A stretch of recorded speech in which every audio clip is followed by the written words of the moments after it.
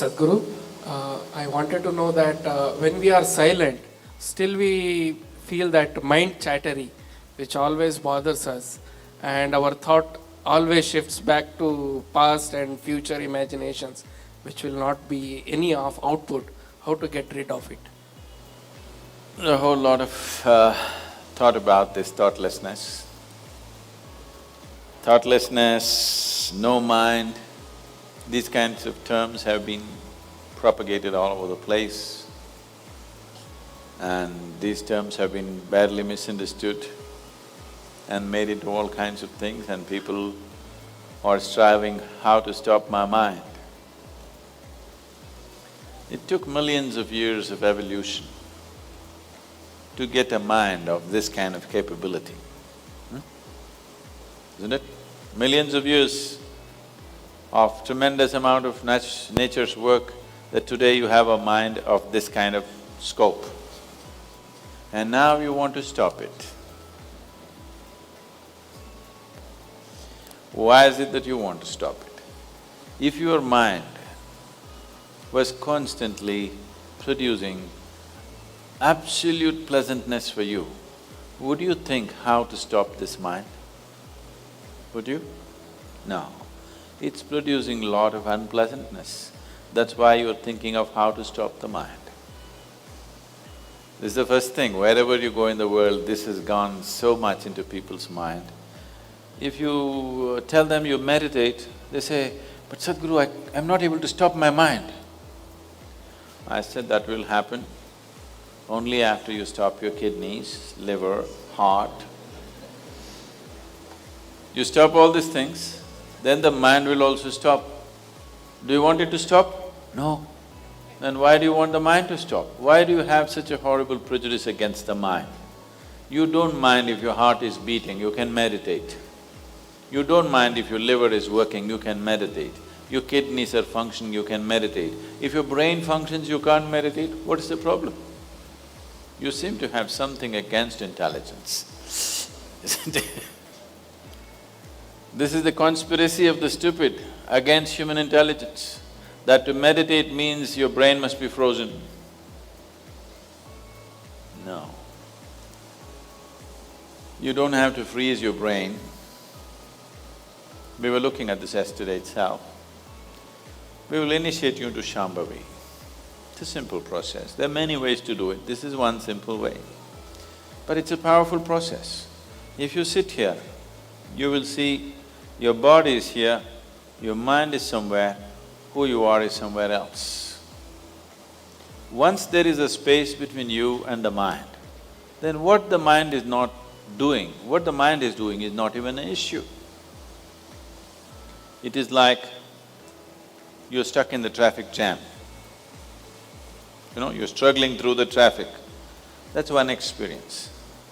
Suppose you're either standing on Chamundi Hill or you're floating in a hot air balloon and look down at all the traffic. Very peacefully, traffic. Why? There's a distance, isn't it? When you're in it, traffic is a different experience. From really high up there, sitting in a hot air balloon, you look down, you can't even hear the sounds. Looks wonderful, traffic, isn't it? Yes or no? Because there's a distance. So once there's a distance between you and your mind's activity, mind is not a problem. Mind is a miracle, it is not a problem. And anyway, if thoughts are going continuously, if you're having a mental diarrhea, obviously you ate some bad food, isn't it? Yes. If you're having a physical diarrhea, you ate some bad food, isn't it? If you're having a mental diarrhea, you are obviously consumed something wrong. What this wrong thing could be is, the moment you identify yourself with something that you're not, then you're finished. Your mind is a continuous runs. There is no other way. Do what you want, try as hard as you want, it is not going to stop. If you do not identify yourself with anything that you are not. You know how to be with everything, you know how to use everything, but you're not identified with it, then you will see if you sit here, simply mind will be like this. You want to use it, you can use it, otherwise it'll be like this. Right now your hands are like this, or you're holding it tied up because it'll go all over, is it? No. You can keep it like this. You can keep it like this, you can keep it like this. When you want to use it, you can use it. So it's a useful instrument. Suppose your hands become like this. You know, some people have become like this. Yes or no? If it becomes like this, you will become ridiculous, isn't it? If it happens to your mind, also you're equally ridiculous. It is just that you are living in the comfort that nobody else can see it. But people can see it. They watch you closely enough, they can see it, isn't it? And whether they can see it or not, that's not the point. The point is, the most important faculty of your life is out of control. Doesn't matter whether they can see it or not, that's not the issue. The issue is, the most important faculty in your life is out of control, doing its own rubbish all the time, not doing what you want it to do.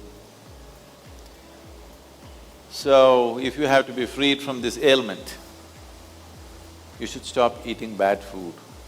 Wrong food or bad food means you are identifying yourself with things that you are not. If you sit here, if you're not identified with this and with this, then you will see everything is just fine. Then your mind will do what you want it to do. Otherwise, it'll simply hang there, and that's how it should be. Mind should not be telling its own stories all the time.